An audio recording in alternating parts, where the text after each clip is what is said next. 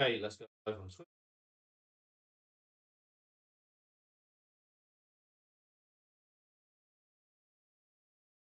Let's put live stream. You doing Twitter as well, yeah? The whole thing's gonna be.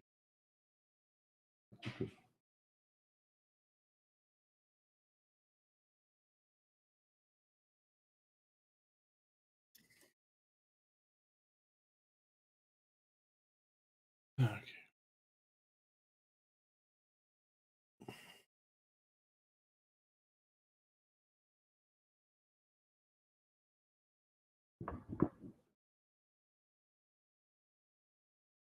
I think it takes a second.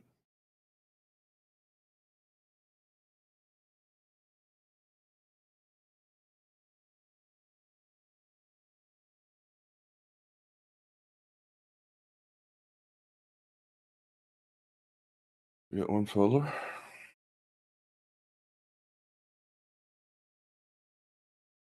Maine was the first follower.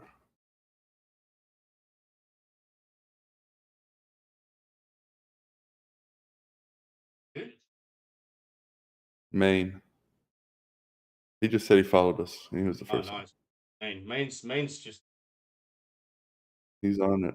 He's on hard. He's the hardcore of the hardcore. it. He's the layer zero within the layer zero.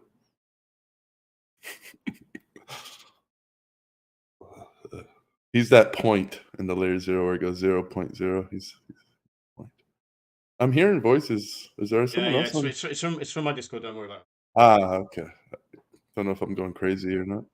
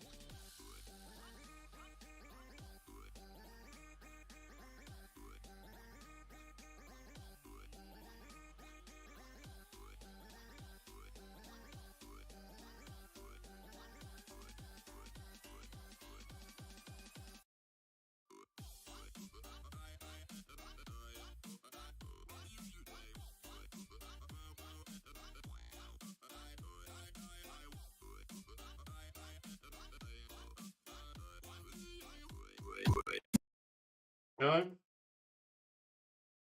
In. Drum roll. Go here.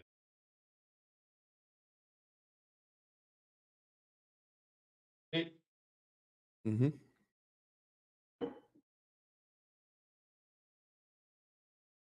USDC will be the true Fed coin.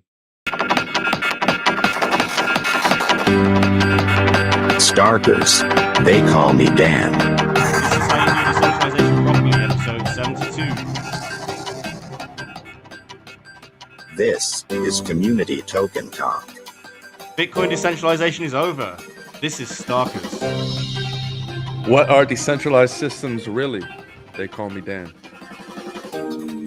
Welcome to CTT Podcasting, how to do decentralized network states properly. All right, welcome everybody to the show. This week we're doing our first live stream on Twitch, doing our first live stream on Vim. And so I hope everyone's getting a good sound experience. Hear that, Dan? Yeah, it sounds like people are having problems on Twitch.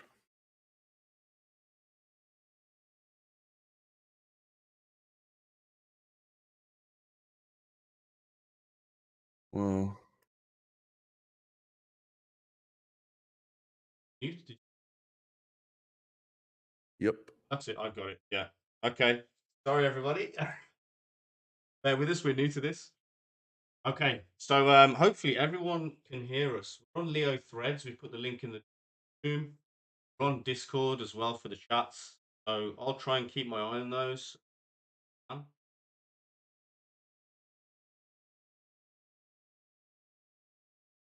Yeah, I'll be uploading the threads as we go. Okay. So Dan, there was a recent. Unfortunately, Brian, we'd love to have you in, but come next week, half an hour early, and we'll live stream. There was a great tweet put out by Goodbye Bitcoin Decentralization by Fiat Jaff, and they've mentioned a kind of deal struck with the miners to have some kind of feed system that will allow people to post transactions cheaper. Bitcoin network. Did a bit of digging into it, Dan, before the show, so hopefully we can do Brian some justice here and communicate his message. Yeah, I looked in it, I would say very briefly, so I don't have a strong opinion, but from what it looks like you're able to pay miners off chain, and you would think that that could lower fees by going to a specific miner so that miner would not have to split fees. So in a way, it could be an attack vector, because if you can target the miners that you want, you can exclude other miners. And if that becomes the more popular way, then you can get into the network via a select few miners. Therefore, in Bitcoin, all the miners get paid based off their proof of work. But if you can do it privately with, backdoor deals, so that's an interesting attack vector I really haven't thought of. So I have to game theory it more. I think I'm getting a little bit of feedback still. It's very faint, Matt. But Yeah, it's really hard for me to turn my.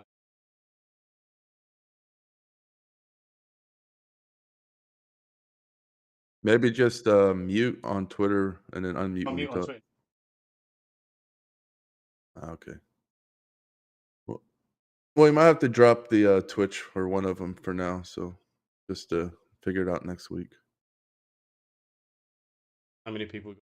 Well, anyway, it'd be good to get people's feedback on the Twitch anyway, at least for now, just to see if you guys can hear it, if you guys can understand it, if it's all clear and everything.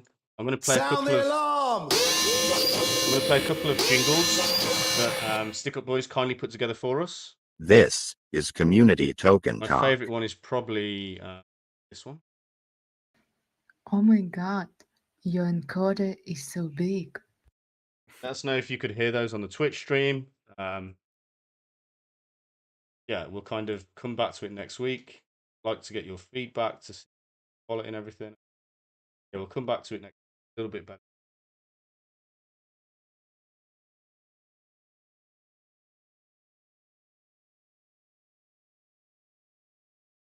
You see Twitch. any feedback in the Twitch chat? People hearing it okay?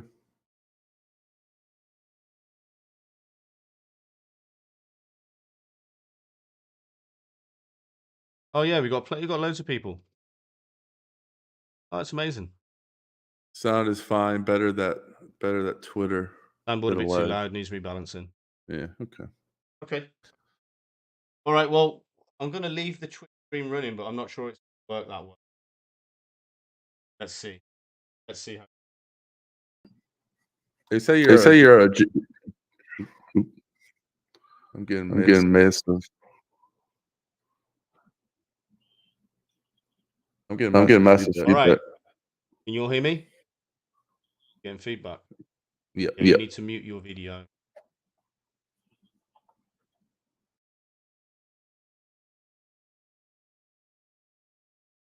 Good. You good?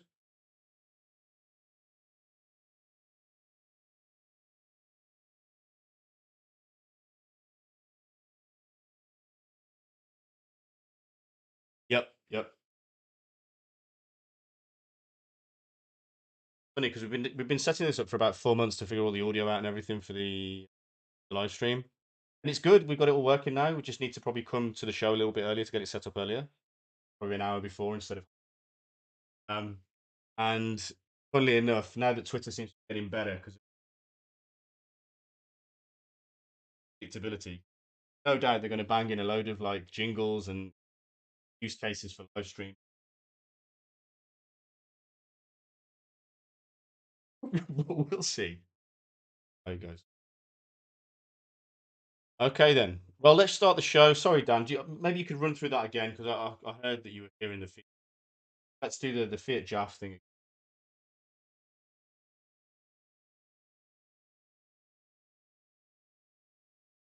Hear me?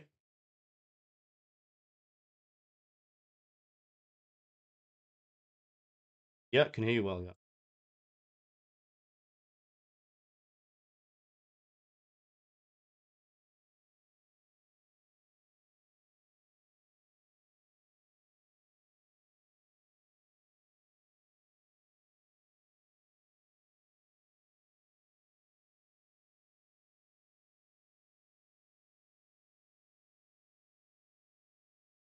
That's the signal, Dan.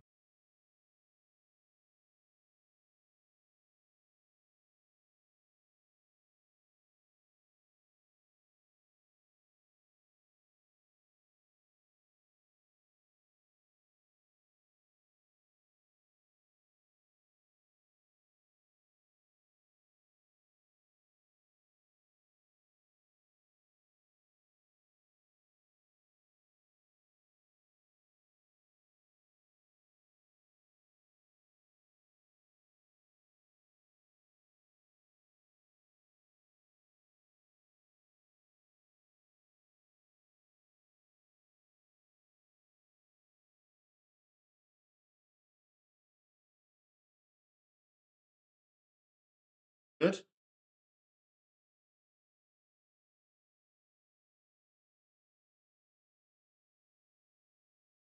Yeah, you're in.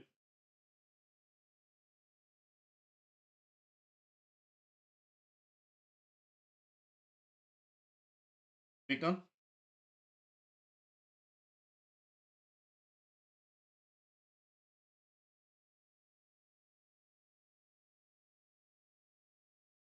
On, buddy.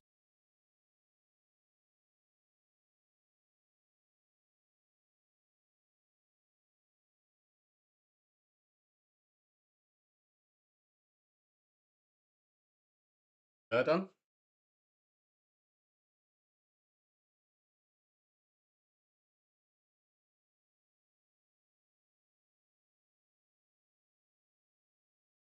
All right, you're on. You're on.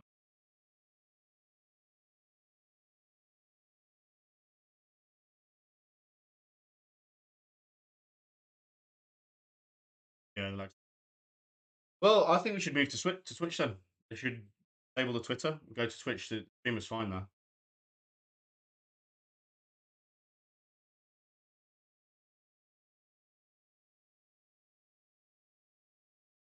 No, it's just the signal here is terrible. Ages to. We're going to drop off and go to Twitch. See you all there. Links in the room. If someone could post a link underneath the comments here as well.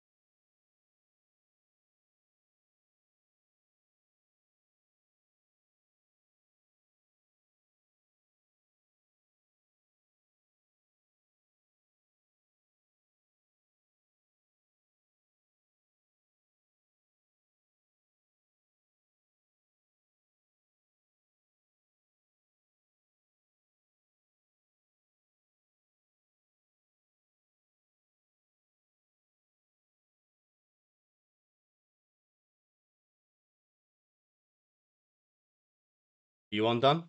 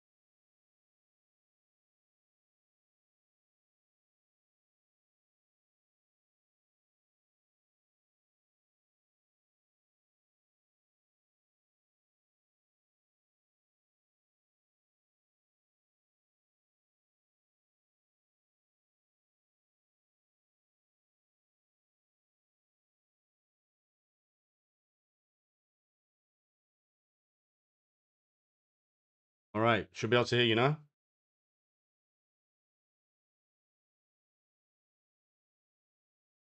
Testing, testing.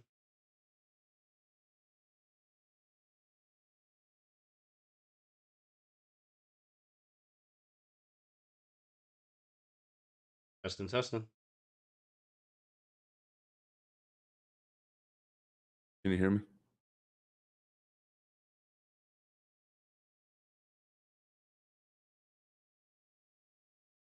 All right, I'll try and bring the soundboard down a little bit.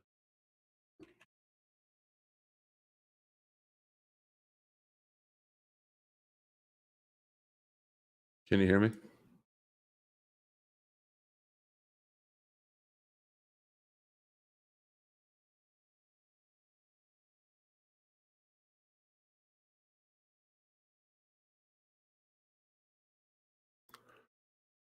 Hmm.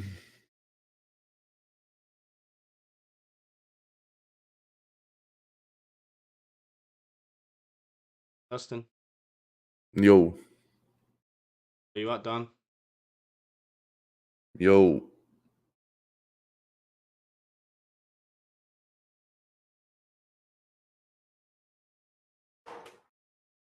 Not coming through, mate. It says my mic's right here. It says I'm coming in. Okay. Make sure I'm not muted somewhere over here. Yeah, yeah. Maybe you want to mute the top of that.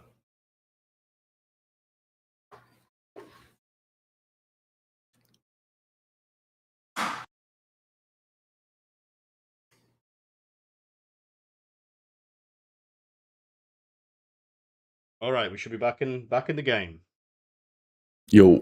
Yep. Yo. Okay.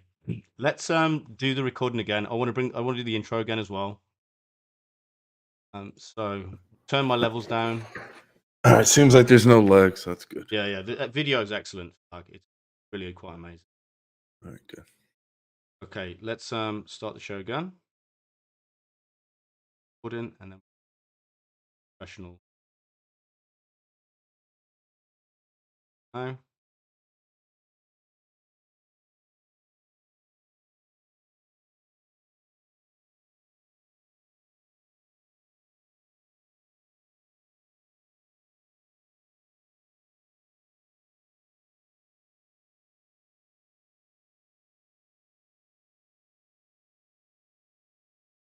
Okay. USDC will be the true Fed coin.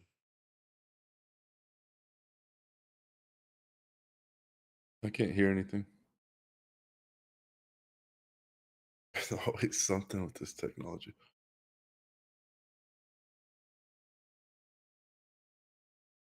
Let's try.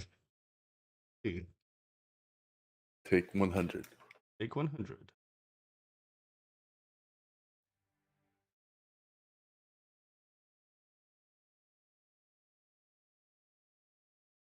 USDC will be the new Fed coin.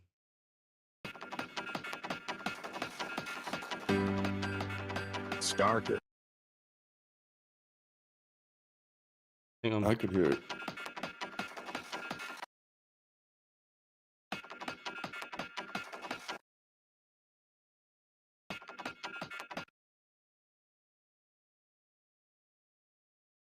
Welcome to our worst stream ever. Yeah, I say we just go and figure this out later. No jingle. Jingleless, introless, Twitch. Use Web 2. Absolutely. All right. Well, sorry everybody. We'll do our best next time. So anyway, let's start the show and just do a yo. Yo, welcome to episode 72 of Community Token Talk. Let's get straight into the show today. Dan, if you could try once more, very kindly explaining the goodbye Bitcoin decentralization. Okay. Yeah, Now, keep in mind, I briefly looked at this, so I'm no expert in the topic. However, from what I understand is you're able to pay miners off chain. And this can be an attack vector because now if you're a big corporation, you can sort of take the liquidity for the miners off chain, pay the miners you want to include your blocks. Becomes a slippery slope because now you can exclude certain miners, incentivizing others.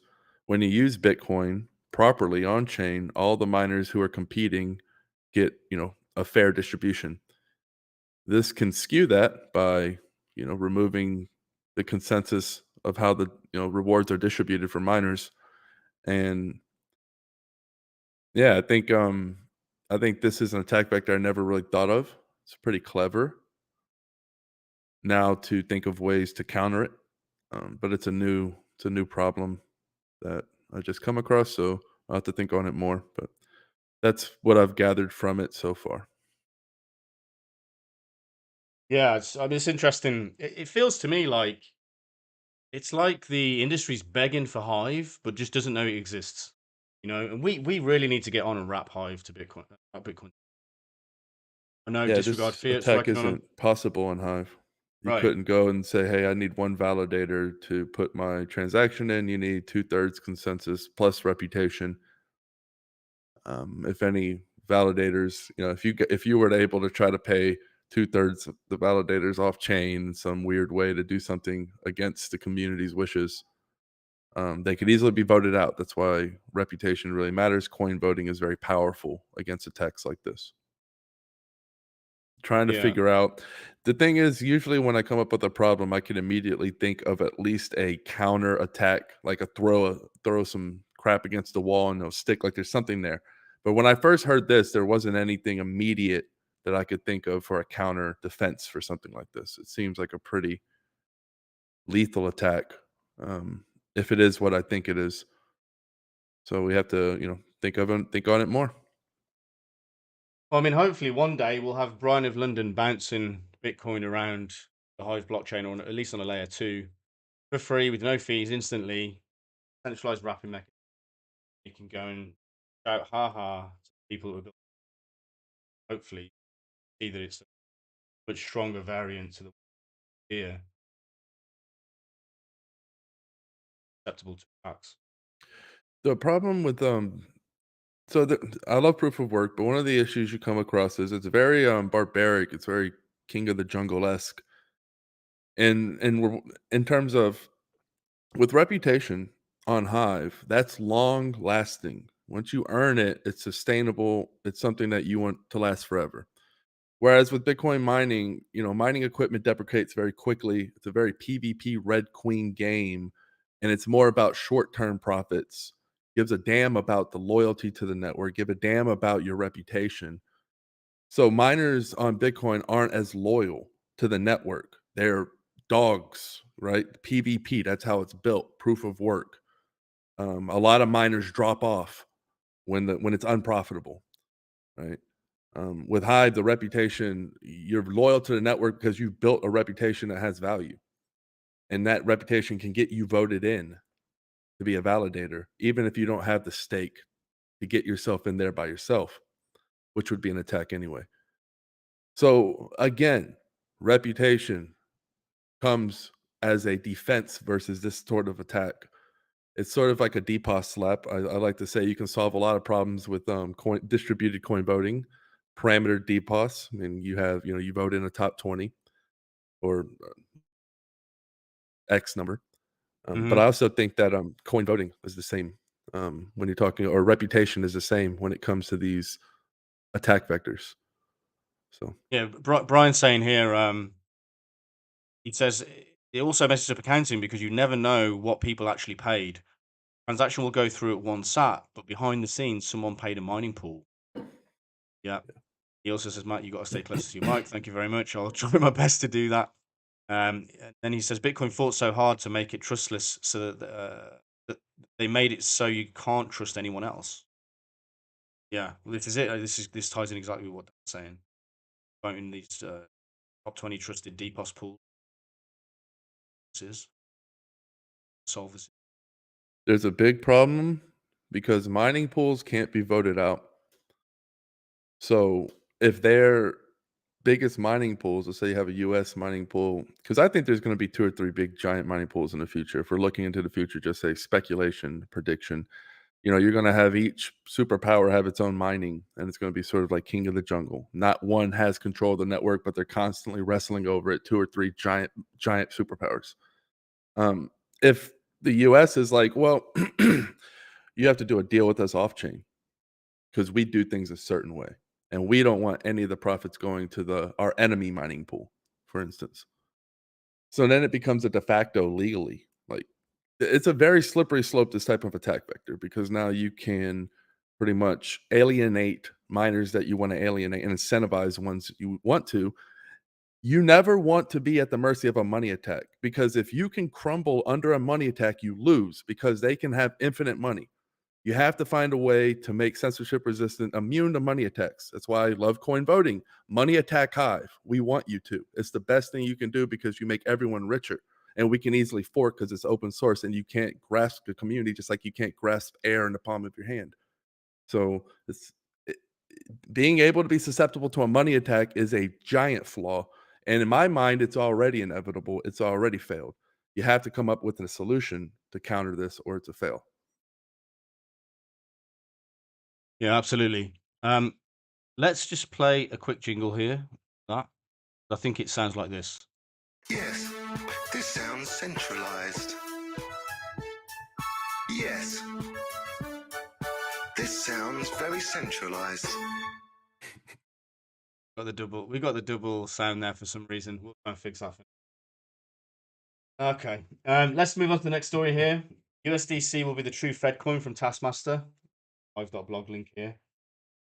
Basically, what he's saying is that there might be a deal cut with the US government and USDC Circle to ensure that all Circle assets that back USDC are stored within a US regulated entity or bank. And this effectively, by default, turns USDC into a Fed coin and effectively turns Ethereum into the CBDC. And it's only a hop, skip, and a jump away if they rule on that. It's basically already like that already, but it's not like official. But yeah, just interesting that that's where that's going. It feels like Ethereum's going to become this kind of CBDC coin, already in bed with the Fed, with the WEF. The CBDC maker, at least. CBDC maker, yeah.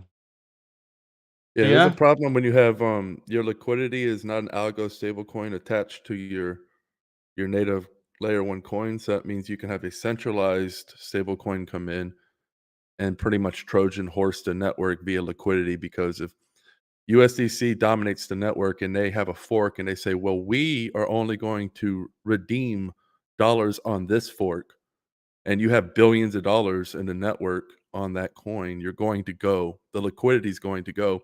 And since Ethereum is a liquidity, that's where the loyalty lies, where the liquidity lies. Another very dangerous problem. Of course, we're also talking about pre-mine coin voting. What's rule number 1 for censorship resistance? No pre-mine, so they already failed there. So really, there's anything built on top of it should be expected to be a Trojan horse of some kind. Ethereum's very dangerous because it slings around the word decentralization while bringing in these Trojan horses such as centralized stablecoins that bring in billions and billions of liquidity, sucking up pretty much all the market share. So, giant Trojan horse. So yeah, people are worried about the banks. Yeah, we have much bigger problems because these are a wolf is always much dangerous than a sheep's clothing. So. I'd be interested in hearing. You were talking the other day, Dan, about Bitcoin becoming just a liquidity layer with Hive running next to it as the transaction layer. Yeah. Yeah, could you just talk a little bit about where that came from in your mind and when you came to that realization? I'm presuming it's after the ordinals pushed the transaction fees up, right? I've always seen Bitcoin as a liquidity layer and never seen it as a store of value. It can be a store of value-ish, but the whole definition of store of value is when you have a distressed time, you are not a distressed seller. So if Bitcoin goes down 30% and you need to sell because you need liquidity, well, that's no longer a store of value because you're selling it at a price you don't want to sell it at. However, it is a store of liquidity. It's very important. And since it's a crippled data availability layer, meaning it only has 4 MB blocks every 10 minutes, you can't do much with it except store arbitrary data. I think that's a perfect use case for Bitcoin as a liquidity layer.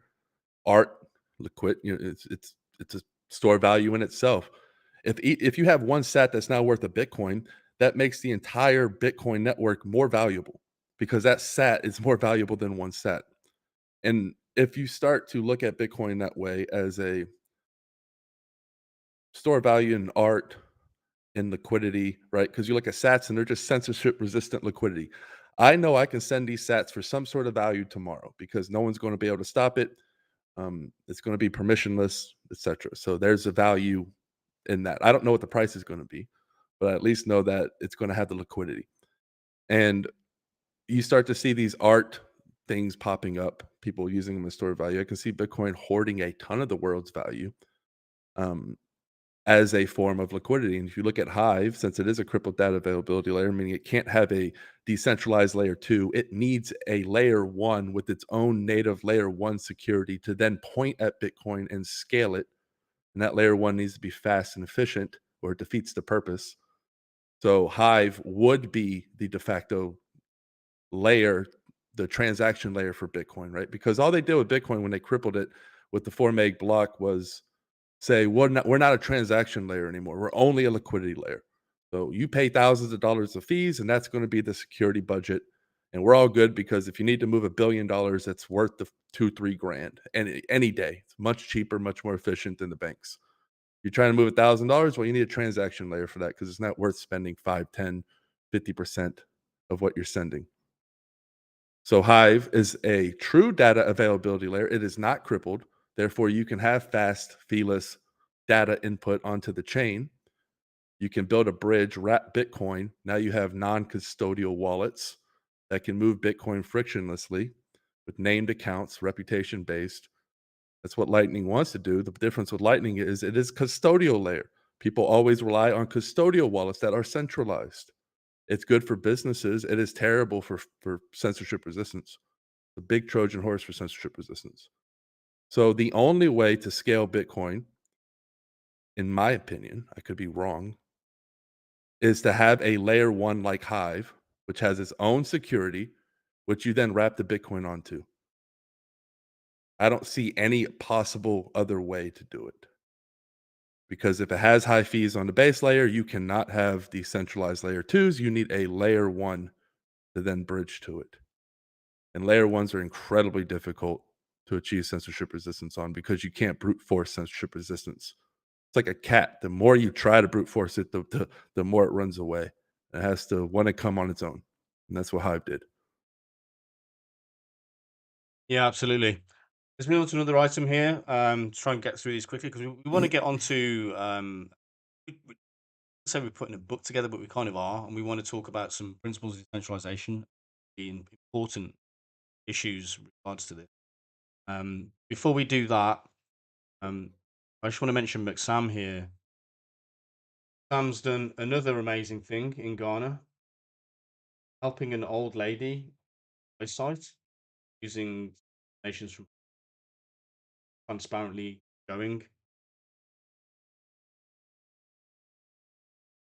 I mean, simple stuff. It's basic, but it's amazing. It's amazingly powerful. We can't give enough of a shout out to people. Anyone else that wants to do this on Hive, anyone else that wants to do this on Hive, there's nothing stopping you. We would support you equally as strongly as we support Sam with what. But yeah, follow his example. Guys, really happy to.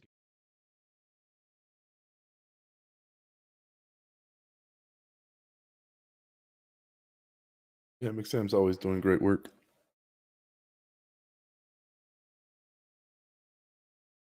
All right, let's move on to another one here. Have you heard of this quartile thing, Dan? Quartile. I have not. What This is it? There's someone, who was it that sent?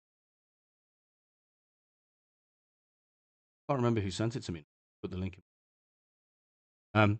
But someone sent me this link saying this is exactly what Speak Network is, and it's a blockchain that's already getting some traction.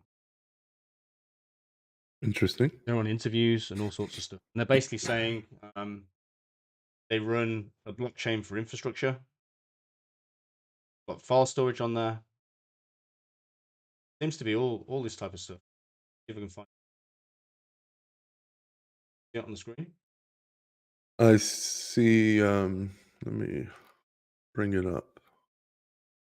It's called Quartals, huh? Yeah. If you can find a link to it, drop it in the room and I'll put it. Really interesting.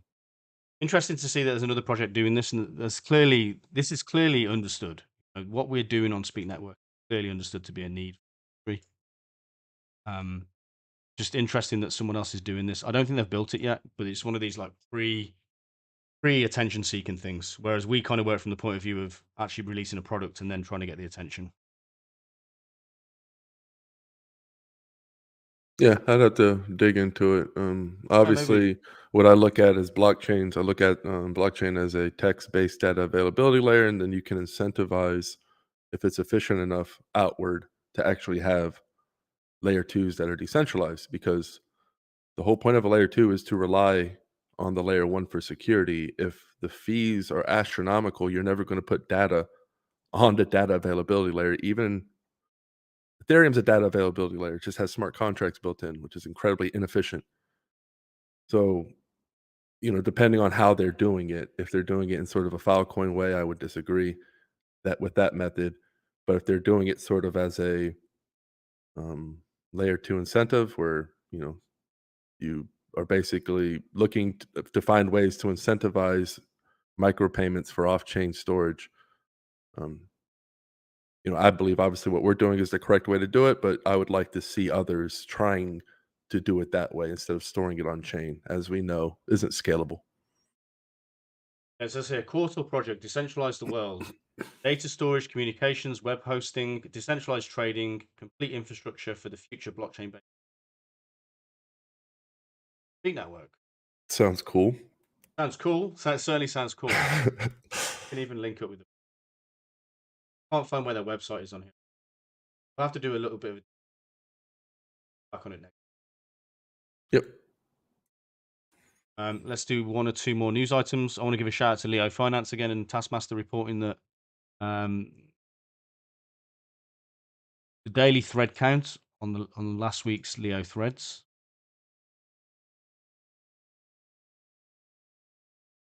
But for those that are watching, it's normally around 6,000, 6,000, 6,000, 6,000. And then May the 18th, 2 days ago, it was still at 6,000. And then yesterday, on May the 19th, it went to almost 12,000 threads in a 24-hour period. There's something going on there. Something interesting going on there. There's some explosions going on. I think it's got to do with these Tasta thing with the definitely figuring out ways to maximize the usage of that. Shout out to those guys. Again, you can monetize your interactions with the show live by posting to the Leo threads, the official thread comments. It's on the CTT Podcast account. And we'll be going through after the show and upvoting some best comments for the. Yeah, so that's just cool to see. Congrats to those guys. Hope it goes really well, and they keep going and building actions on. Yeah, it's really got the community in sync over there. Threads has become very powerful. Something you point at anything, and it gets a lot of activity going. So we really love the threads and what they're doing over there. Yeah, absolutely. Next news item here is the SEC warns Filecoin meets the definition of a security. Now, I wanted to wait to see your input on this, Dan, because you're the guy that seems to have memorized all these projects and which ones have got ICOs and pre-mines and everything like this. I believe that Filecoin had a pre-mine. So yeah, the SEC's warned them that they meet the definition of a security. I'm going to bring this up into the screen. Yeah, the problem is you have the So I'm not somebody who looks at the SEC saying, "Oh, you're labeled as security. Now you're over. It's over," because Hive could be labeled as security. I look at if it affects the protocol or not. Now, if you're labeled as security and your protocol crumbles and goes away, well, that tells me a couple of things. That tells me either the community was non-existent and they raised funds, hired validators and centralized infrastructure that they were hosting. And when the SEC came and knocked on their big giant door, they had to shut it down. There was no community to run the infrastructure, thus the project failed. Sure, it might have a token that floats on the secondary market. That's the crazy thing about these things. People just buy these tokens without doing any kind of research or critical thinking. So, one of these things can go down. I believe Library went down and people are still buying their token after Elon Musk replied to one of their tweets and it like pumped 500% or whatever and went right back down. That's the problem when you have a pre-mine. You basically have an owner, a CEO, whatever you want to call them. And once that person gets in trouble, right, there's no community to back it up. Even worse, if it's a layer one and there's a pre-mine, they can then control the network like Justin Sun. A lot of people haven't been Justin Sunned, but the people on Hive understand what that means, right? If they have a pre-mine, they have a Justin Sun, and at any time they can take the network over and do whatever they want with it if they have that pre-mine control. So the layer one pre-mines are already out of there from a fundamental point of view. Your layer two applications that have to do with DeFi or file storage, which can be incredibly controversial for obvious reasons. If the government wants to stop a file or to stop go after the main players, you have to ask yourself, if they're a community, is there distributed, incentivized, decentralized infrastructure, or isn't there? And if there's not, well, it's going to crumble. So that's what happens when you don't have support under something heavy. It falls.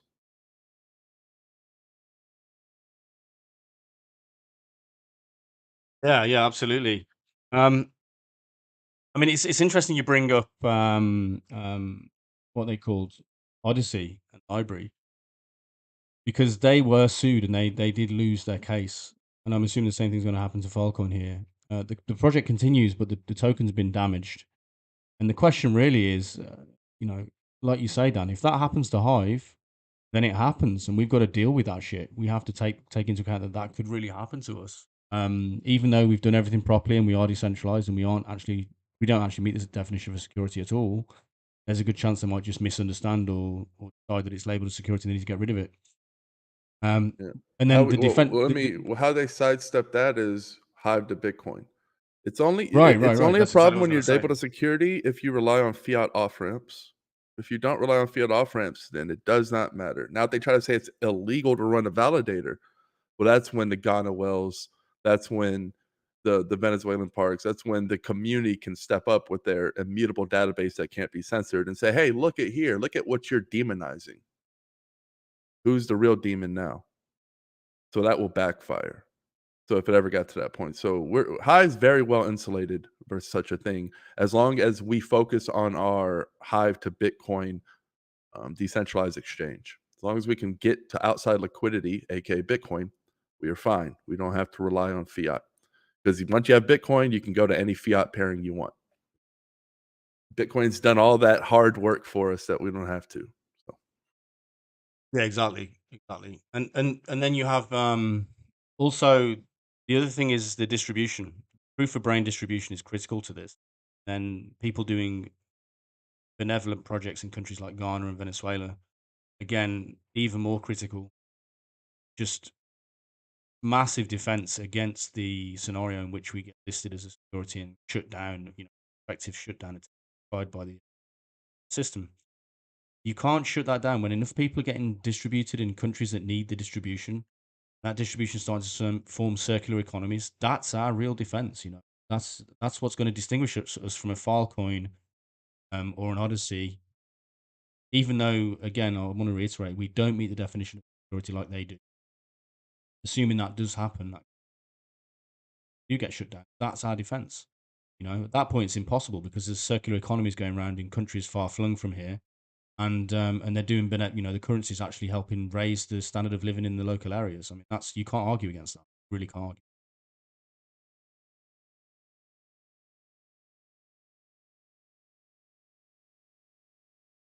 All right, let's move on to another item here. Chris Black saying Pulse Chain Bridge is owned by one EOA admin key, zero history, no time lock. All bridge funds, 28 million currently, can be instantly rugged with this key. Who holds it? It's so funny. It's like Chris Black's having a field day. It's always the same thing every single time. Like how on I was earth? telling you the joke about. So when you hear me, you'll never hear me talk about like a specific chain. I like to have broad strokes. So like if it meets its definition, it's centralized. So you don't have to keep saying the same thing over and over again. Yeah. So people like that, when they poke at like an obviously centralized chain like Pulse Chain, it's kind of like somebody trying to convince me that Walmart is a mom and pop store or not a mom and pop store. And they're like going down the list saying, look, it's owned by a corporation. It's not a mom and pop store. I'm like, I understand. I understand what Walmart is. You don't have to convince me that it's not a mom and pop store. So when they point at the obvious centralized Pulse Chain and say, oh, it's like it has the supply, but that's irrelevant. All you need to hear is pre-mine coin voting, and it is centralized. So, but yeah, he likes to get into the specifics and say, this very centralized thing, I'm going to tell you why it's very centralized, but I like to stop at a pre-mine so I don't waste my time. Like beating a dead horse at that point. It's like, okay, you can get into the weeds if you want to and really point out why it's centralized, but we all know it's centralized from step one. So Yeah, absolutely. Let's jump onto another thing here. This is a tweet from Twitter Global Affairs. We're sharing today an update on our approach in Turkey. We're in negotiation with the Turkish government throughout last week, who made clear to us Twitter was the only social media service not complying in full with its existing court orders. I'm trying to think. I feel like we touched on this already, but we didn't. Yeah, I mean, this is Twitter with its free speech side. It's just going to get regulated. It's just what's going to happen. It needs a decentralized data availability layer upon which to store its content, operating underneath the platform as a layer one, and it needs to be ownerless that no government can write to. Just so no governments can write to it. Just it's funny to see. It's funny at this point. If you don't laugh at it, you're probably going to go crazy. use the funnels while you can. We don't, we take for Yeah. granted the Web 2.5, Web 2 funnels because they will become overly restricted one day and it will be harder to get the message out. So, use them while you can. And Twitter happens to be the best one right now. I don't really have a particular feeling about Elon. I don't know enough. So I know he hired a sketchy CEO, but it's sort of like pre-mining coin voting.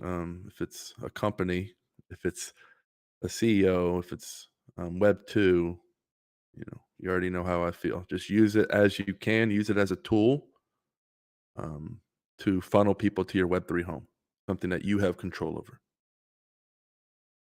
That's right. Exactly what this is. This is the beauty of what the tech that we're using here as well, and the ability to reward people via platforms like Leo Threads as well with fresh new crypto. It's just incredible. It's an incredible thing, an incredible time to be alive, and we have all the tools that we need to defeat this, make a true free internet for people.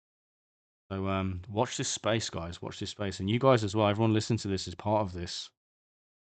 We're going to have an absolute blast in the future when we show these guys how they can't shut us down. They can't shut this stuff down. We can build economies. Yeah, good stuff. There was one other thing, I can't find the link to it though, but looks like you can. I think it's your utility bill or your some form of like property tax you can pay in Mexico now using I Brian read of about that. London's V for V. Yeah. So it's really cool because what Brian of London's doing is he's anything that you can pay with Lightning, you can pay with V for V. You can go straight from Hive to V for V. And the cool thing is Brian's already got his channels opened on the Bitcoin blockchain, so we don't need to pay massive fees. which means we can still just pay really, really low fees to go straight from Hive um, to paying Lightning invoices, and anything that then comes up with the Lightning invoice service can now be paid with V4V. So this is really cool. It looks like you can pay some sort of utility bill in Mexico now. I think Eddie Spino is going to try it, but it's not in his jurisdiction. But I don't know if a Nomad Soul's listening to this, but that's something that maybe you'd be interested in as well. But any of the other Mexican community, opportunity to use V4V, pay with Hive and HBD straight into utility bills. That'll happen more and more and more, I think. Yep, just bridge Hive to Lightning, and now Lightning has integrated in all the centralized systems, so you can easily cash out to the fiat or buy goods and services until Hive is an HBD is in enough circular economies where you don't have to do that. All right.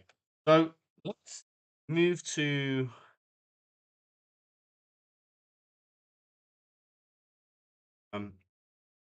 let's move to Dan and I are going to publish a book, and we want anyone listening to this. Dan and I are basically going to audio this, and anyone that wants to go write it up for us or put it into an AI machine that turns it into written text, publish it as a book.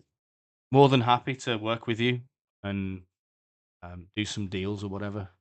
But we're going to go through a few things over the next couple of weeks in the second half of the show, and probably separate to the CTT podcast as well. But we want people to publish content on this as well. We want people to take shorts of this.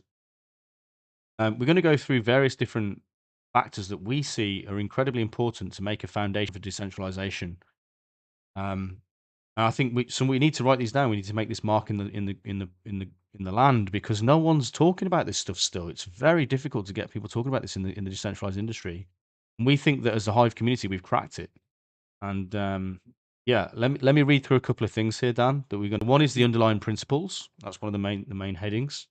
Another one is decentralized coin distribution, application of semi-centralized models, founder stake size, major stakeholder dominance, DAOs and community proposals for self-funding, a new model for startup funding, what layer 1 should do, what layer 2 should do, starting a new decentralized project, fast and cheap, algo stablecoins, infrastructure incentivization, service infrastructure pools, SIPs, we're building as part of the Speak network, historical state recall, Web 2.5 versus true Web 3, voting models, proof of stake for collateral provision, DPoS, Well, other let's talk about one of these.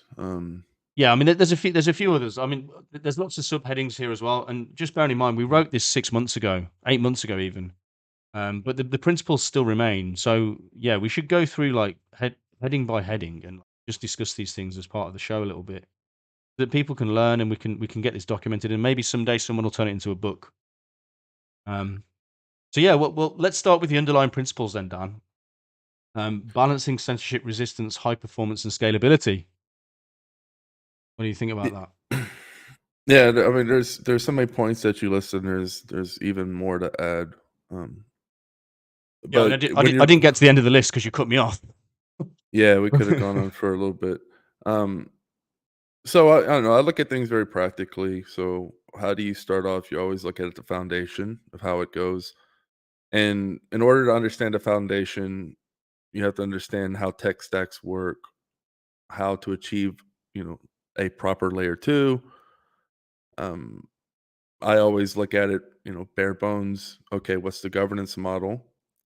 The distribution. One of the biggest problems, the chicken and the egg, is the distribution. When you really go down that rabbit hole, you realize how fortunate we are on Hive to have the distribution we do, and how incredibly difficult it is to achieve without there being some kind of centralizing attack vector. Right? Because if you have one entity distribute the coins, well, it's obviously going to be centralized or biased at some point, and that person is going to be an attack vector.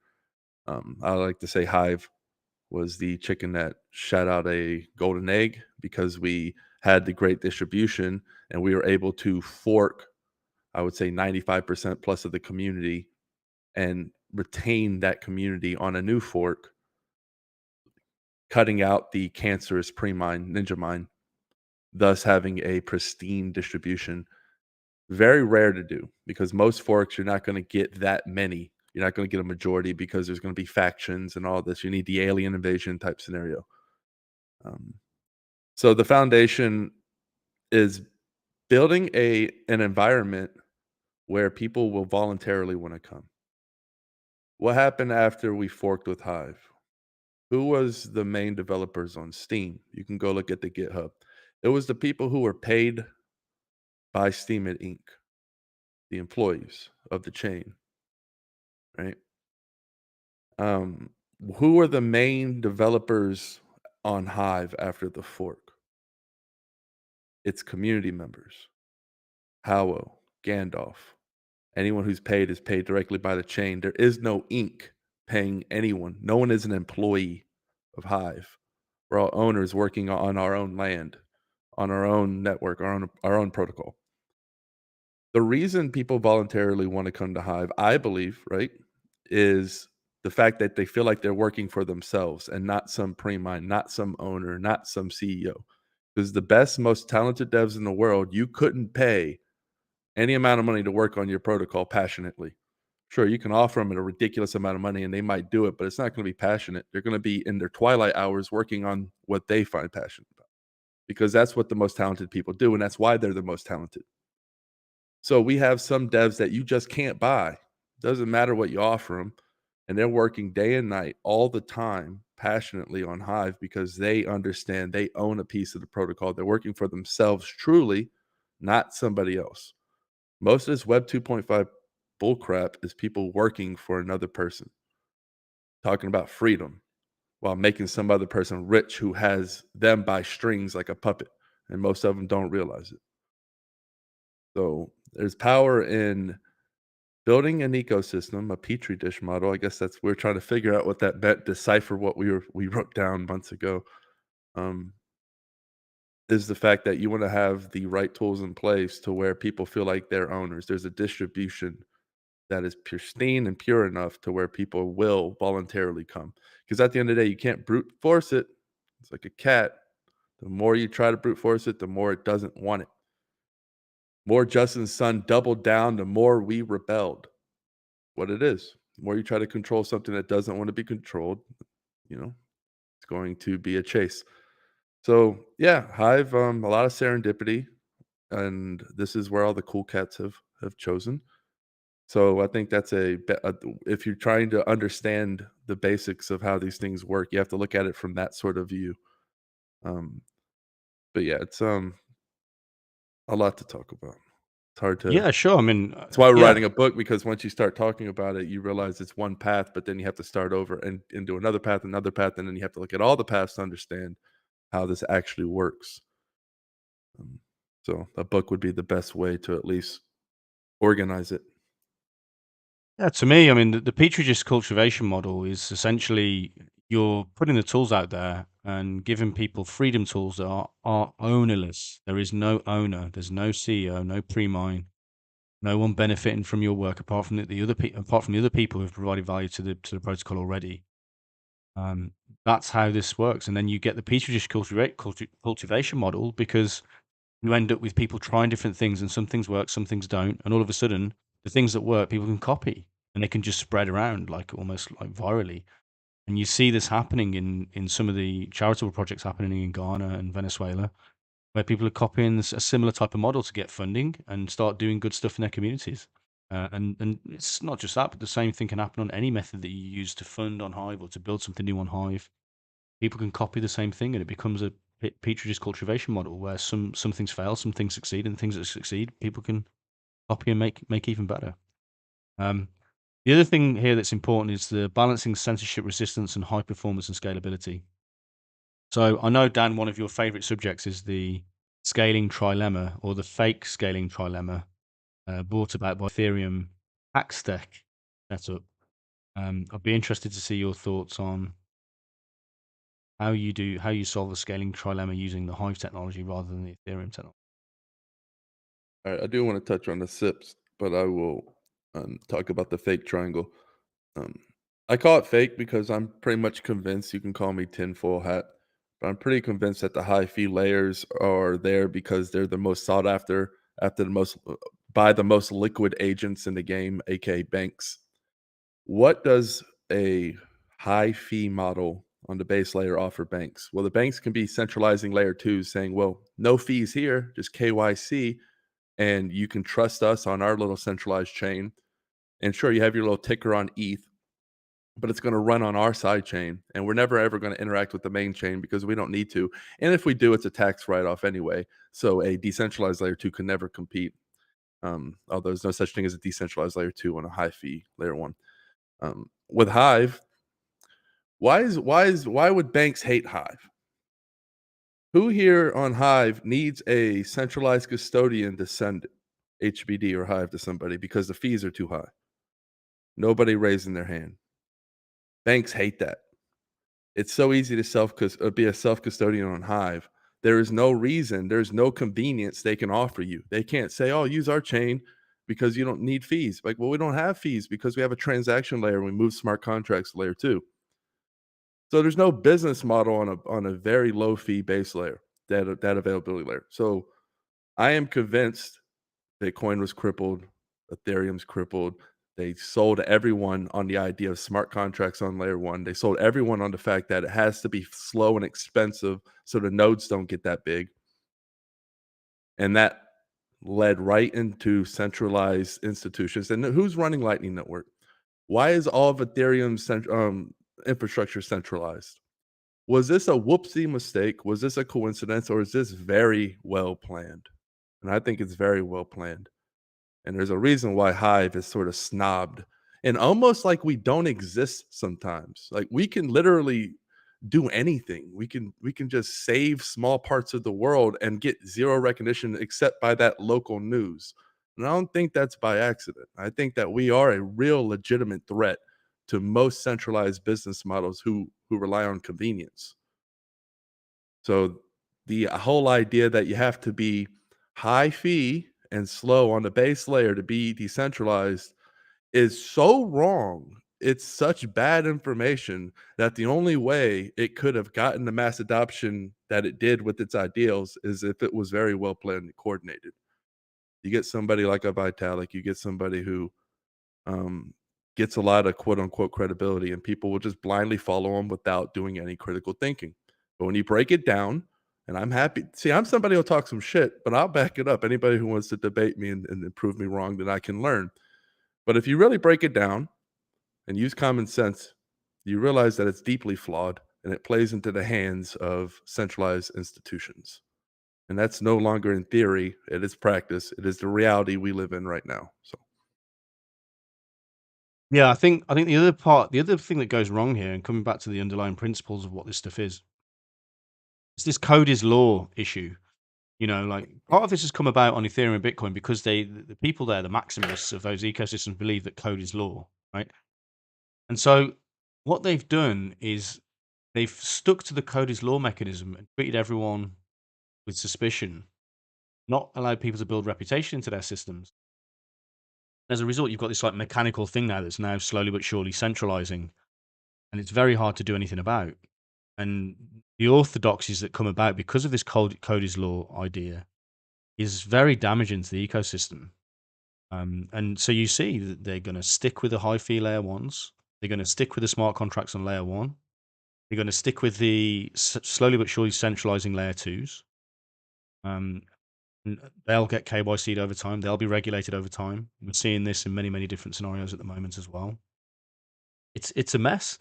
And what we think is the differentiator here between the way this should be done and the way it's been done is that code is law shouldn't be seen as the thing. Right? It's certainly part of it, but it's a maximalist point of view. And what DPoS and Hive allows people to do is use the human element to adapt the operation of the ecosystem. So there's a reputation level here. People being elected in onto the DPoS witnesses. There's a reputation that you build just even without being a witness, just by creating content and doing cool things for the community. The community sees the things that you do. And so over time, you build these reputational systems. And then the people that have got a lot of reputation, sway, and weight in what's happened on the chain so far, they'll be able to have input that's stronger than just the code is law, right? It'll be more nuanced. There'll be more of a human element to the evolution of the ecosystem. And the only way you do that is by having some form of governance where you can vote people into governance positions, some form of content communication system where you can each judge each other by your own merits and the contributions that you make to the ecosystem. And then over time, the community itself develops a view on the individuals within the community as to how valuable and how useful they are and how heavily weighted their say should be in the various different things that are happening in the ecosystem. And that allows then for there to be a human element to the governance and progression of the ecosystem that just isn't there in proof of work, code is law, um, type ecosystems. It's just not there. Yep, very well said. All right, next part here. Let's do another part. Decentralized coin distribution. I We actually want want to to. talk SIPs. Oh, you want to go into SIP? Well, SIP's a bit further down though. It's in the list. It's like halfway down the list. You want to just do it Yeah, now? I don't feel like yeah. it. Is it? I wanted Is to it a plant the logical? idea. I Is it a wanted to at logical least. progression to do the SIP now? Well, I just wanted to plant this seed, and then we can go back. All right. All right.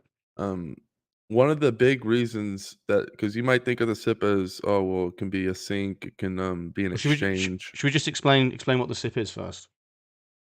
Yeah, it's called a service infrastructure pool, but basically what it is it's a decentralized exchange where the fees, instead of going to a centralized entity, instead of going to like CZ of Binance, it goes into a DAO that is then voted on where it goes, and that can be used to incentivize critical infrastructure to decentralize the infrastructure of the protocol.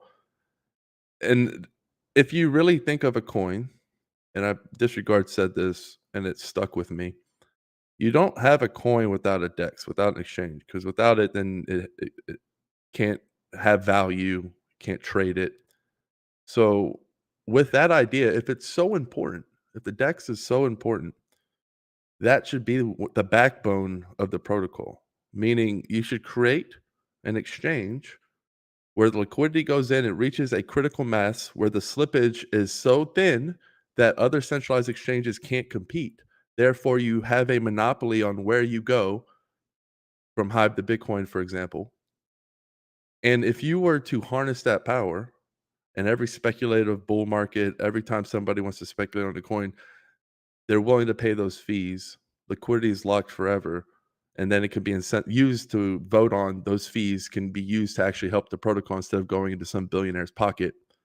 I think that's been massively overlooked by many protocols. And that's the idea of the SIP, is basically to be able to add sustainability to ecosystems. And then you think of liquidity pools. Well, each community can have its liquidity pool.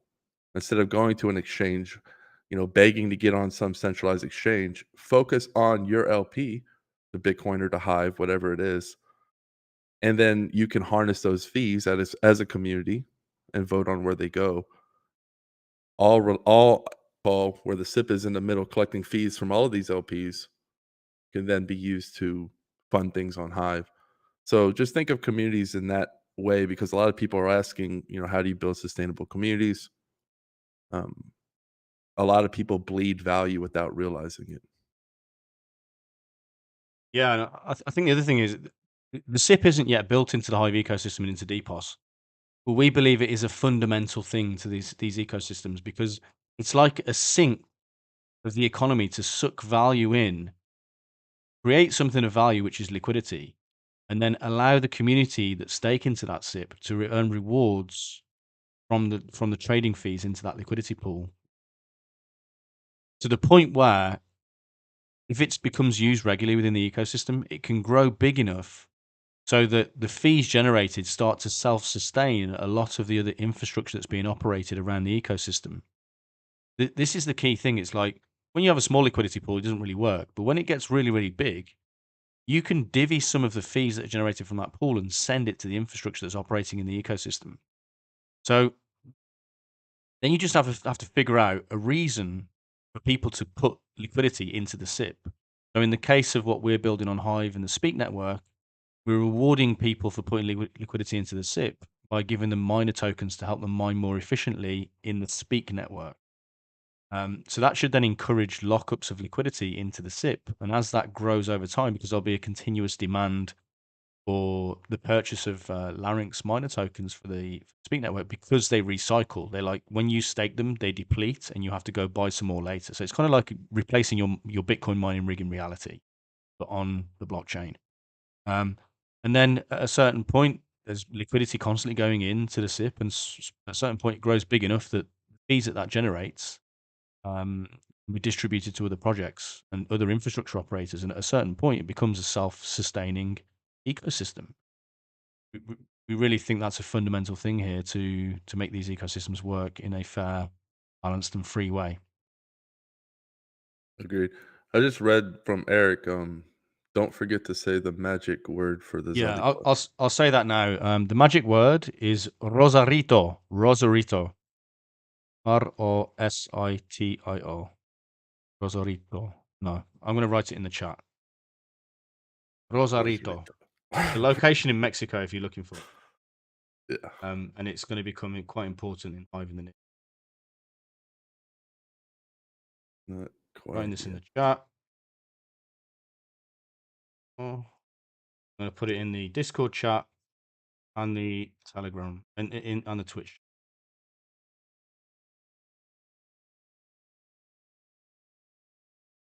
Second.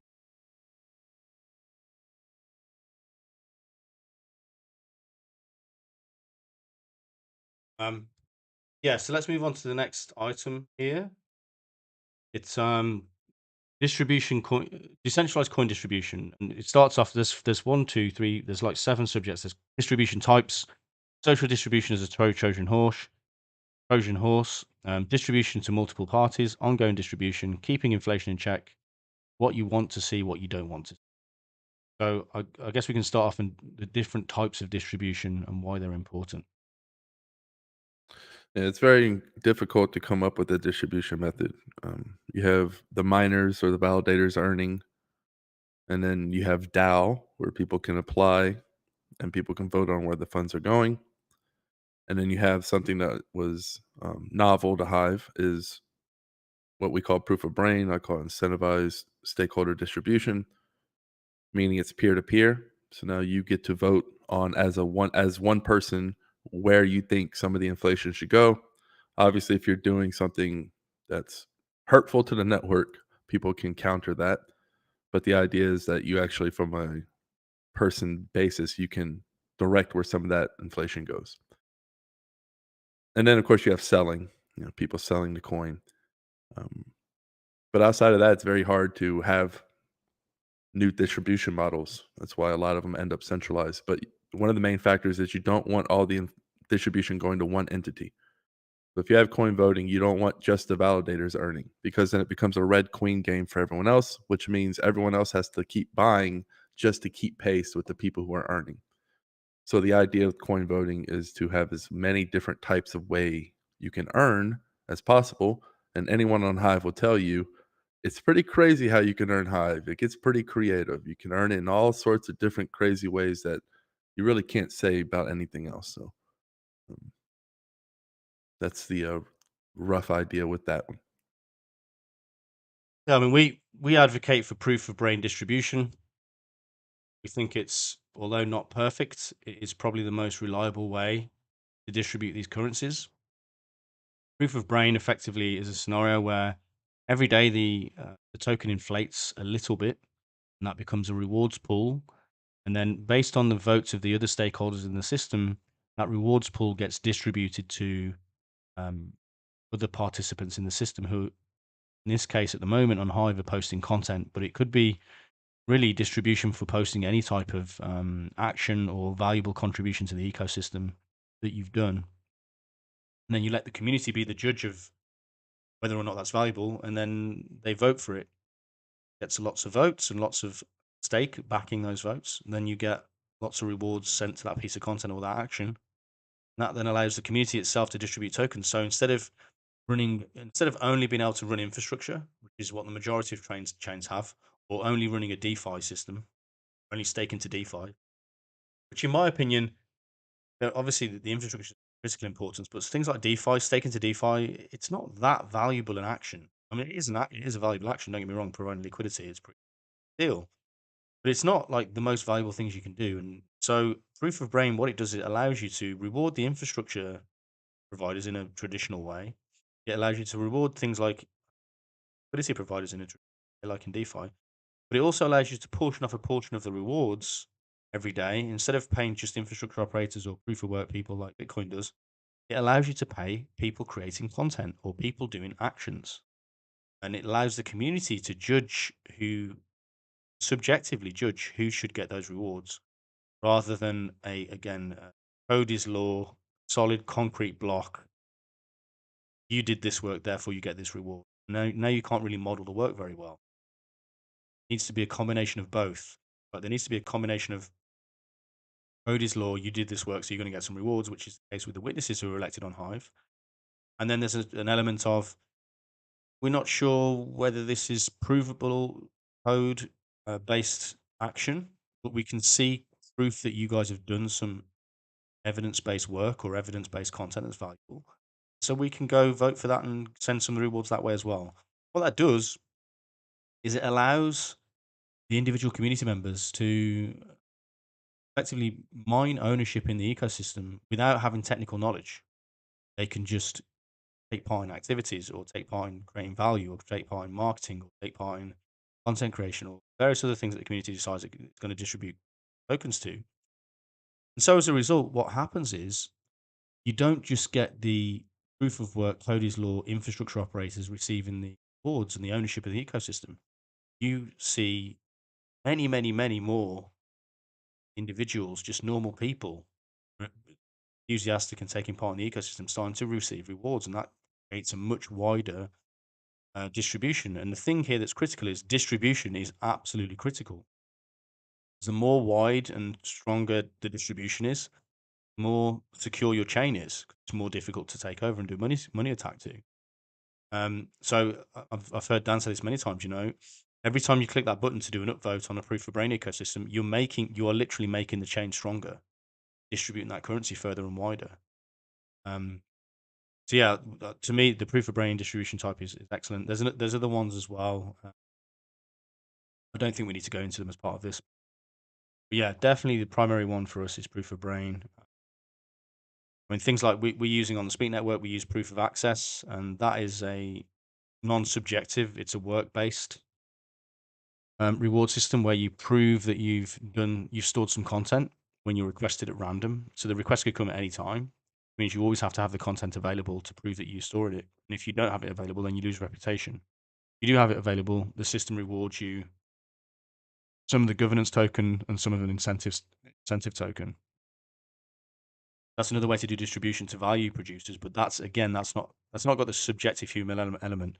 I think the thing that we find important about this DPoS system is that it brings in this the human element to the distribution of the token that other systems don't, because they're kind of brute force work based or stake based distributions, and this creates a whole new dynamic of distribution, allowing the ecosystem to distribute far and wide, all sorts of types of people, not just technical people.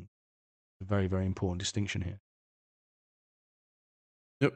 You're only as strong as your distribution, so you want to have Right. as many as possible. Right.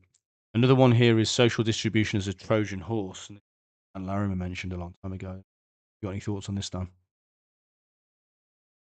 Yeah, it's just I guess you could say a sneaky way to get distribution. People think that they're earning rewards, but as long as they're powering up in some of those and participating in governance, then they're also, you call it a governance Trojan horse, because now people who otherwise wouldn't have been a part of voting are now doing so because they were able to earn in a way that wasn't technical.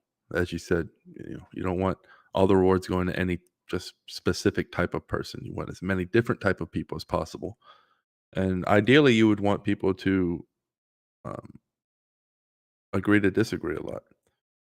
You don't want too many people who are agreeable. So you want people who are strongly opinionated on a diverse array of topics. And that's how you get a healthy censorship-resistant ecosystem. So, and you see that a lot on Hive. Just take a look. Many different characters. Yeah, no, it's interesting that you say this because the next item was distribution to multiple parties, but you kind of addressed. The next one would be ongoing distribution. So this is the ongoing debate of whether you should have cap or whether you should have ongoing distribution. I guess to me that depends on whether or not you can limit monetary expansion. So everyone that first thing people say when you talk about ongoing distribution forever inflation, like, oh, you're going to get hyperinflation. It's like, yeah, I mean that's the mechanism would be there for the community to self hyperinflate or to become so economically unproductive that the distribution outdoes the economic production of the ecosystem, and so the thing starts to inflate and the price drops. But to me, I haven't seen any examples of that with a well managed economic system. I'm not talking about like Luna here that didn't have any economic controls in place at all, and any way for the community to vote on any type of monetary checks and balances. But on Hive, for example, there's a very clear way to even destroy tokens. Right? The economy can contract. People can transfer Hive into stablecoin. People can burn Hive. I can't think of them off the top of my head right now, but there's multiple other mechanisms through which the economic supply can contract in Hive. And so the presumption is that the economic productivity of a community should grow over time. Not linearly, but in some like ebb and flow, up and down, but it should grow over time until it reaches some kind of saturation, maybe. But even then, if you set the inflation at the right level, it should still be such that you don't get a hyperinflationary scenario. As long as the community is voting and the people setting the economic policy, it's not obscure, it's transparent and everything like that. Then we take the point of view that we should have ongoing distribution of tokens, and what that does is it allows for you to continuously reward people who are doing valuable activities within the ecosystem forevermore. Bitcoin will eventually reach a cap, and it's going to have to come up with other models to reward its miners in order to keep it operating. It will very much change the feeling and character of Bitcoin at the time. We have a similar discussion going on the Speak token at the moment. We've always thought about having a capped Speak token, but we're currently talking about maybe we have a slight inflation to it forevermore, just to, it reaches a kind of ultimate cap, but then it's got a fixed inflation after that point. These are all things that we need to discuss, and I think the ongoing distribution is discredited quite significantly, and I think it's actually the answer. I think that there should always be some form of inflation to keep that currency keep it distributing wide. Yeah, especially for a coin voting layer 1, I think you should always have some inflation. It can be significantly reduced as long as it's in proportion with, you could say, proof of brain, the DAO, and the validators. So one entity isn't getting the dominant share. But I also believe you need sinks just to protect yourself. You can actually have a small inflation, but be overall deflationary. And when you add something like a SIP, which is a double-edged sword, because it helps a coin become deflationary, and B, it also is an incentive mechanism, thus replacing the need for inflation. So once you get a SIP that reaches a critical mass where practically the fees can support and sustain the network, you could argue, okay, well, we don't need inflation. But I would counter argue and say, well, you would always want at least some inflation, lower it, because there's nothing guaranteed like inflation. When you need a paycheck, when the validators need to get paid, when the distribution needs to continue, fees can always run dry. For some reason, if people just decide to use centralized exchanges for whatever reason, I can, if I had to, right? If I was forced to, I could come up with a game theory on how to attack a SIP and make it not as sustainable. But with inflation, that's guaranteed, and you always want that. And with coin voting, you can pivot it. You can make it structured under 1%, maybe fluctuate it 10, 20%. I really like what Disregard's idea was with it's sort of weighted. You sort of like you keep hitting the puck back and forth. You might vote, it might be at 70% and you want it at 80%. So you give it 100% vote and it moves it 1% to 71%, right? If you understand that model, I think that's a good way to come to consensus with some sort of inflation. Obviously, add parameters that are healthy. You don't want people to, you never want the network to be able to do something that can break itself. Right? That's why I believe, 20 validators protects the network from one mining pool. There's some, I guess you could say, arbitrary truths and parameters that you need to have. You need roads with guardrails. But yeah, overall, I think that you do need some sort of inflation for coin voting on the base layer. Layer twos, it becomes less significant, although you can argue it's still healthy. Obviously, they rely on the layer one for a lot of the security. So distribution, while important, it's not as important as having a healthy distribution on the base layer. So, yeah, I am pro coin. I'm pro variable inflation that can be voted on. The other one was keeping inflation in check. To me, that's just a case of voting in reputable validators or reputable witnesses. Are going to look after the best interests of the ecosystem. Token. I mean, currently on Hive, inflation started at somewhere around, I think it was 18 or 12% a few years ago, 16% maybe, and it's slowly but surely dropped off every year. And I think we're at something like 7.5% now, 7%. Supposed to get down to about 2% in 5 years, and stay at about 2% by the looks of it. Or it might have been 0.5%. I can't. No, it goes down to just under 1%, Just under 1%. which is really, really low. You're talking lower than gold.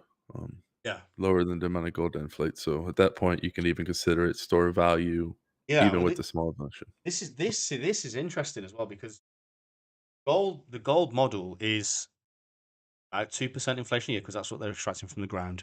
Everyone conveniently ignores that. And then now the demand in Bitcoin is capped at 21 million.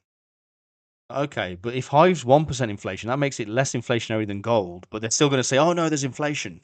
It's like, and I think that's a nice compromise, to be honest. Yeah, I mean, you can say something like, and when you get inflation that low, it's very difficult to mess up, especially if you have any kind of sinks. But that's why it's variable, and you can always move it around. Just like the HBD haircut is variable, which is a very important variable. But if I'm not somebody who's saying, "Oh, we need to protect the community from itself," it's like if you're a stakeholder, you have a say, and you're responsible for your say. We need to allow us to move these things, move the goalposts when they need to be moved. Yeah. Last couple of things here is what you want to see and what you don't want to see. I mean, to me, there's a few good reports that get published on Hive from time to time that measure the distribution of the token, and they demonstrate how many whales there are and how many dolphins there are. Dolphins are like the middle class, and how many plankton there are, which are like the lower class of newcomers into the ecosystem. And you just want to see. I mean, ideally, really, you want to be kind of like a social democrat, I guess. You want to see that middle class expanding. You want to see the number of orcas expanding, and you can measure it by number of orcas or amount that the orcas control totally compared to how much the whales control totally. There's definitely a skewed distribution, though. You will always see a skewed distribution where a small number of whales hold a very large number of the tokens compared to what other people do. That's kind of the nature of free markets, unfortunately. But in many ways, it's good. There's good and bad sides to that. As long as you don't see it getting to a point where whales are controlling 99% of the wealth on the ecosystem. But the idea is to at least have a check and balance to make sure that the community can see that transparently. And if the community's got a problem with it, they need to lobby the people that they're elected as their validators to change the inflation distribution in some way. If it gets too bad, maybe it ends up in a community fork. So the whales also need to be cognizant that they don't really, I think a lot of the whales that I know on Hive, I think you can probably speak to this as well, Dan. They're kind of allergic to getting hold of too much of the supply themselves. It doesn't end well. Whale ends up getting way too much, having too much influence because they just centralize the chain. They become a corruptible entity. And that's not good for the way the ecosystem operates. And ultimately, whether the whales like it or not, they are ultimately accountable to the layer zero. The layer zero is what provides the ecosystem. Whales can invest in the ecosystem and build tools and platforms and things on the. Ultimately, they need the user bases to be happy, keep value and keep trading going on in the token. So there's definitely like a really, I think it's a really nice symbiosis between the whales and the dolphins and the plankton. It's not always perfect. There's changes in the ecosystem. A whale will sell out, or another whale will buy in. You'll get a whale that figures out a really efficient way to token. Generally, in my experience so far, I've been on Hive for 7 years, and it feels fairly fair. I mean, there's people complain. There's things you can complain about with the distribution, but there's a decent number of dolphins, and I see all the time on Twitter. A new person saying, "Oh, I've just become a dolphin on Hive." You know? Like, yeah, because you stuck around for 5, 6 years, 4, 5, 6 years. You managed to mine part of the distribution. Over time, you managed to get a portion of the distribution such that you become classed as a dolphin. Class. And I don't know the exact numbers off the top of my head right now in here, but I don't know that we have a problem where there's too many whales with too much wealth, too few middle class, too few people moving into the field. To me, like, as long as it seems that way, then that's what you want to see. Don't want to see. Yeah, the ability to fork out is really the major deterrent. I'd say ongoing distribution is very important. So you definitely want to see the multifacets. If something becomes highly desirable, it will be money attacked. It's kind of difficult to money attack Hive in a way where you're going to get enough sway, because we can see that coming. Usually that's going to be from a centralized custodial wallet. But if there was just, 2 or 3 entities that were new to Hive and they were just buying and buying, raising the market cap, powering up an uncomfortable amount, it would keep us on edge. But the very powerful thing about reputation is, if you were to take over the network, it's sort of like making marks and being able to re-identify those marks, aka the reputation. So the top 20 validators, sure, somebody could take them over and they could be bumped out, but we don't forget who they are. So when we fork, we can cut out the what I call cancer, the pre-mine, the money attack, and have a pristine distribution again. So there's always a way out. So it really comes down to layer zero of the community. And I do believe there is enough people out there that do believe in freedom of speech, do believe in censorship resistance, that there will always be a core group out there that is going to put the chain on their shoulders during hard times. It may be small at times, grow, fluctuate, but as long as we have the reputation that we're building, and keep in mind, some people's reputation, 5, 6 years now, once that reaches a decade, these things become very powerful. People start to really build family-like feelings with these communities and very close knit. So they become hard to attack, and it becomes personal. So I think you obviously don't want to see a pre-mine. You don't want to see any kind of entity that can control the network. You don't want to see entities rise in power that have no reputation. So, you don't want somebody who's voting in governance. You can even say, oh, well, you have freedom. He hasn't voted in governance, but we do know freedom. We don't know who he is, but we know he's probably an introvert. He or he or she or the entity definitely likes their privacy. You can draw some ideas from them. They haven't done anything shitty. They haven't screwed anybody over. They haven't used their power to corrupt anything. They voted for the validators, for freedom validators, not the hostile ones. So just having an account with stake for that long, you can draw from what kind of character they are. And you can say, well, he's a good person. At least he's pro censorship resistance. He's proven that with his stake at the risk of losing a majority, which he did actually end up losing on the Steam chain. Lost. He wasn't part of the. No, he lost all of lawsuit. his. Lost all of He it. or she lost all of their stake. Yeah, that's how much they valued their privacy. So you don't want anonymous people, not anonymous, but reputationless people in power of your chain. That's something that is obviously a dangerous thing, because if your chain is run by just whoever is the strongest B star, when you go to fork, you can't, right? How do you fork and start anew without reputation? You can't trust anybody. You could be attacked again. So that's why you can't have anonymous transactions on the base layer, because you don't know when you're being attacked. And when you do go to fork, how do you fork out the attacker? So, Yeah, again, I think pros and this cons. is really interesting because it comes on to the next area of application of semi-centralized models, and the fact that the reason that we've come to this philosophy is because we could not compromise on free. The free speech is the thing that it's the absolute. So I've mentioned this model a few times before, but if you're running a crypto system that's rewarding restaurant chains or whatever reason, or you don't need free speech in that necessarily. You're not really rocking the boat. When it comes down to so as a result, you can have an ICO for that type of value distribution system. You're not going to it's not a fundamental value in society, the ability to do restaurants.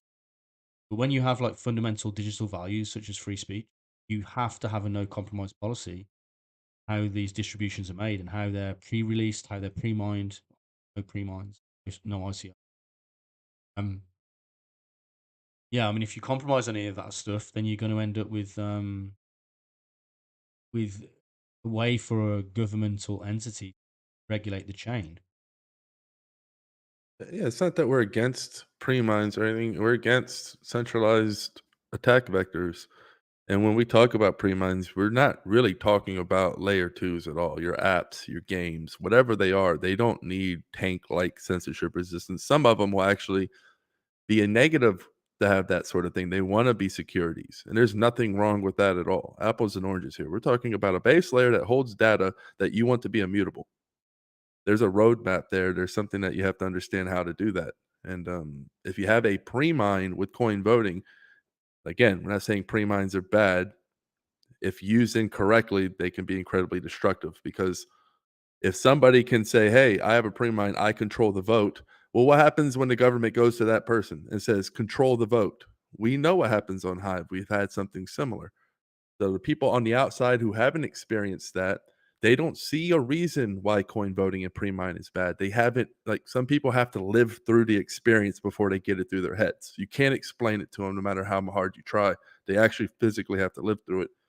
A lot of people haven't. A lot of people, I would say the story was pretty suppressed. I got banned for a year, like a month after the the thing happened. So I think, there's some weirdness there. The word really didn't get out. So people, it's hard to learn from history if it's washed away. But people can learn a lot from what happened and realize, hey, 99% of these networks are coin voting. They're not coin voting. They're KYC peer to peer. Even if it's decentralized, it's still way worse than coin voting. Even if you're against coin voting, that's not the way forward. And they have to realize, well, if you have a centralizing vote, it is centralized. And there's a cognitive dissonance there where people just don't understand that. They say, oh, no, it's okay to have a large pre-mine on the coin voting. It's somehow decentralized.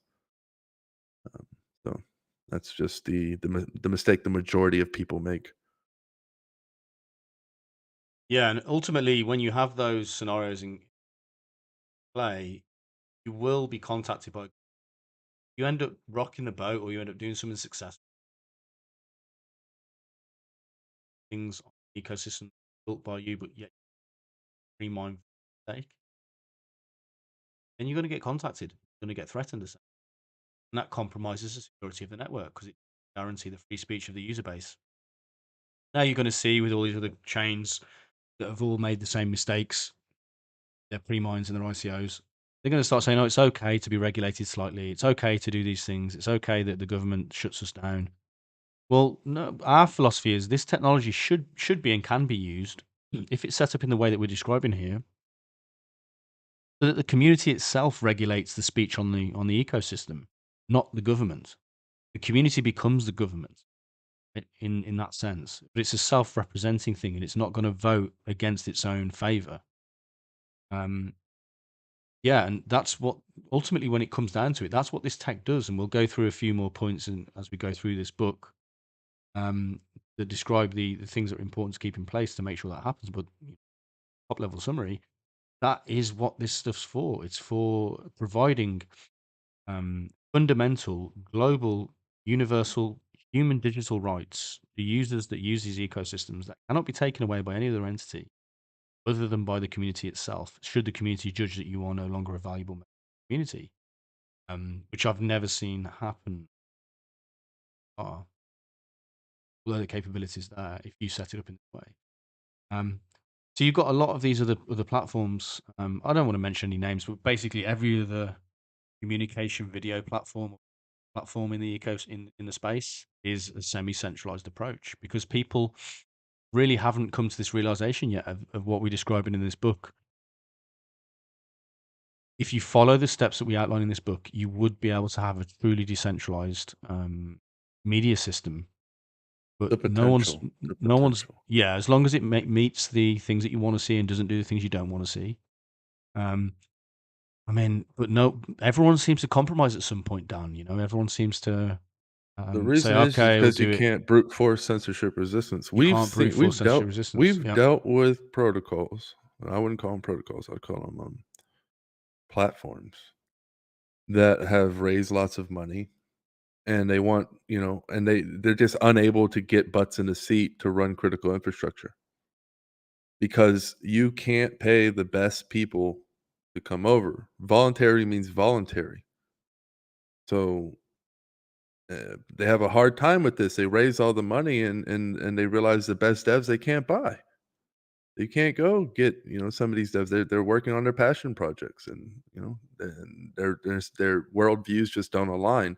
So what they end up doing is they end up hiring engineers and training them on blockchain. You hear that? Remember that during the all the booms and bull markets. All these engineers being trained and hired, left and right, frantically Off to other build people's these blockchain budgets. systems. And that's what you got. You got mechanical systems that work, but they're not decentralized. They threw governance out the window. And when you're building a blockchain and you're not worried about governance, well, cool. Yeah, you can build some fancy things. And there might be some use cases.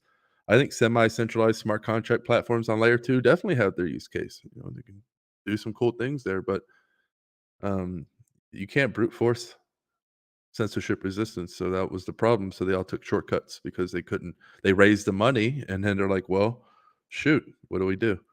They had to compromise. Well, they compromised by raising funds in a centralized way anyway, but it's hard to blame the early ones, but nowadays, that should be understood that we have the technology now that you don't have to do that. It's amazing to me that for the people listening to this in the future, even we're like 10 years into the decentralization model, 12 years even. We're 8 years into DPoS. And yet people in the I like to call it the legacy blockchain system, they still don't seem to know that you shouldn't be using an ICO to fund your project. It's incredible to me. As a base layer protocol, it could apply if you're, like you said, a restaurant token. Maybe it's applicable to you, but if you're looking for censorship resistance of any kind, ICO pre-mine is an oxymoron. Well, to me, it's, if you're providing any digital universal right, it can't be a right if it's got compromise in that. Yeah, if you raise the money, then people are there's investors looking for a return on profit. How do you have a universal right? That's a business model Based on a owned return on by profit. VCs. Yeah, It can then be regulated by the government. That's a perfect. This is why it's critical thinking. It's not like we're geniuses. If you really just break this stuff down, you start to realize that it doesn't add up. But people don't talk this way. People don't. I don't. It's understand. convenient. It's inconvenient to talk this way. Well, I understand, but well, let's just touch one more part on founder stake size, major stakeholder dominance, which we kind of did before. But then the next part is DAOs and community proposals for self-funding. I think that follows on nicely with what we're talking about here. I think we need to cut it off though and come back a separate time because the time's running out. But yeah, just on founder stake size and major stakeholder dominance. Like, to me, what it needs to be is it needs to be a fair distribution from day one, such that the founders effectively build the platform for free, build the ecosystem for free, build the network for free, and they release it out into the open source, so that anyone can copy it and run it themselves and mine tokens to the point where that person might mine more tokens than the original founder. You know, that's how you have a fair release and a fair way for the founders and everyone else to earn. The key word is earn their stake, right? Founders have to earn their stake in the same way that everyone else has to earn their stake. There shouldn't be a situation where founders and other ICO investors got the stake directed to them manually because they put some Bitcoin into an account somewhere, and they got shit tons of tokens at really, really low prices. And now later, in 6, 7, 8 years time, the innocent people that don't understand coming to buy the token are being used as exit liquidity for the original ICO investors and the original founders. This gives the government a perfect excuse to come and regulate your ass, you know?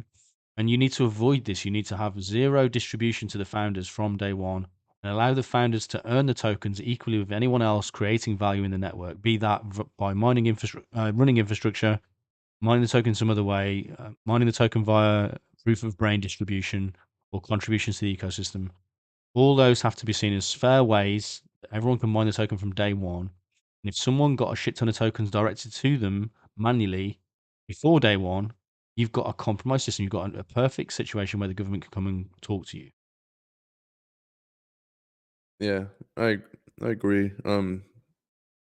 Looking into the future of these coin distribution systems, one of the most likely outcomes that I don't talk about um, directly is I think you're going to get money attacked if you are something of value and or causing censorship resistance that people don't like.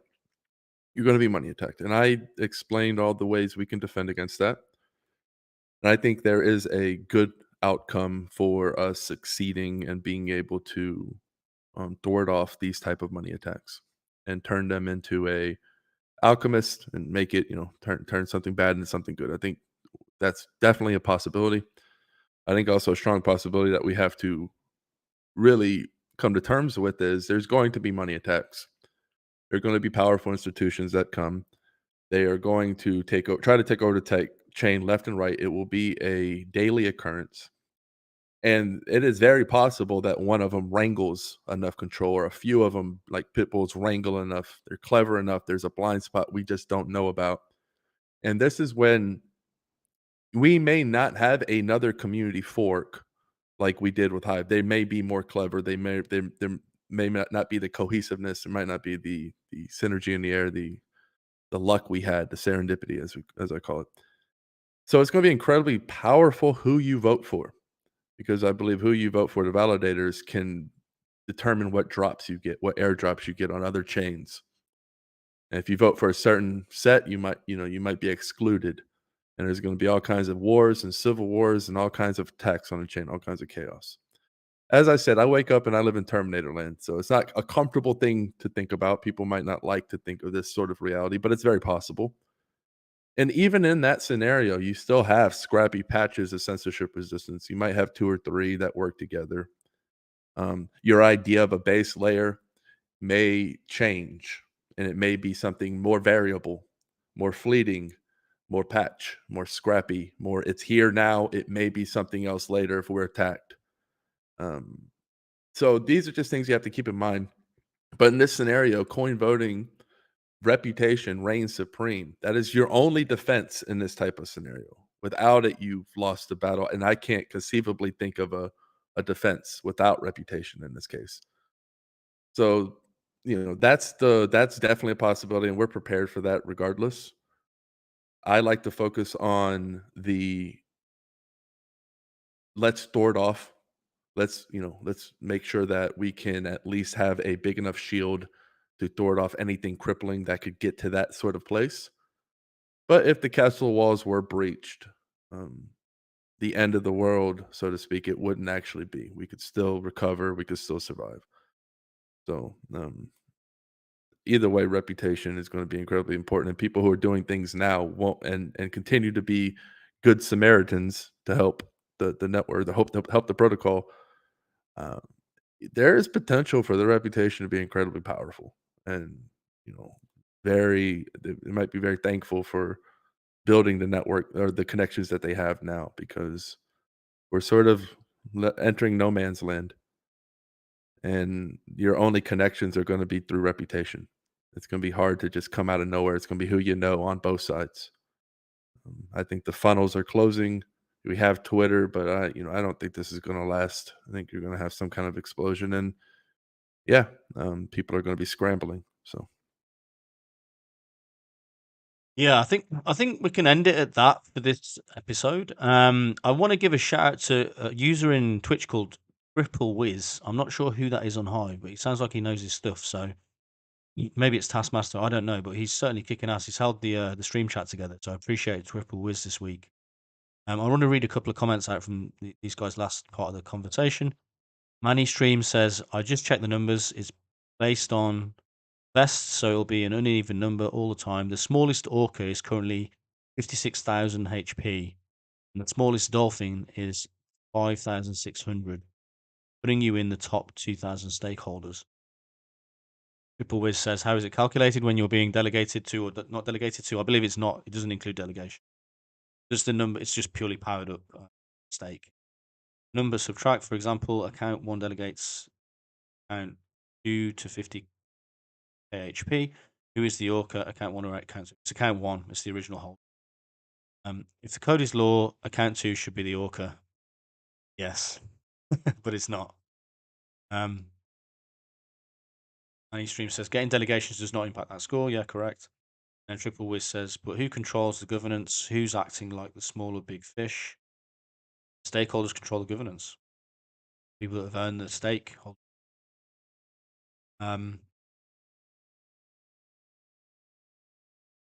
Triple Wiz is Ruben. That makes sense now. Nice to see you here, Ruben. Yeah, so thanks for holding up the chat, man. Appreciate you taking part in the sound issues and the connection issues, but hopefully we got some form of message through to people. We're gonna do more of these, Dan and I. We've got another let me just check the contents that we put together. We've got another 15 subject areas to touch on. We want to create separate videos out of these, and we really do want this written. We want to try and find someone to write this down into a book, because we think it's still amazing to us that even after all this time, we don't know anyone else outside of Hive that's talking this way. And everyone's just kind of sleepwalking into this centralized version of Bitcoin, centralized version of Ethereum. And everyone's going in with cognitive dissonance like it's okay. It's not okay. It's a disaster. And people's tribalism and egos are stopping them from reopening their minds and figuring out different. We think that what we're writing, what we're dictating here, the audio, by dictated word, is the true way to decentralize ecosystems, keep them decentralized. And again, we want to reiterate that we're not saying that we're some forms of geniuses here. We didn't invent this, but we've certainly come to the realization that Hive's managed to jump through hoops almost accidentally to get to a place where it is actually still decentralized. And we want to document that process and make sure that other people can read about this in the future. And hopefully, if we get a book out of this, if we work with someone to write a book, then it's just going to be a case of, instead of us constantly repeating ourselves, we just say, just go read chapter 7 of the book, go read chapter 8 of the book, go read chapter 2 of the book. It's all there. That's where we really want to get it to.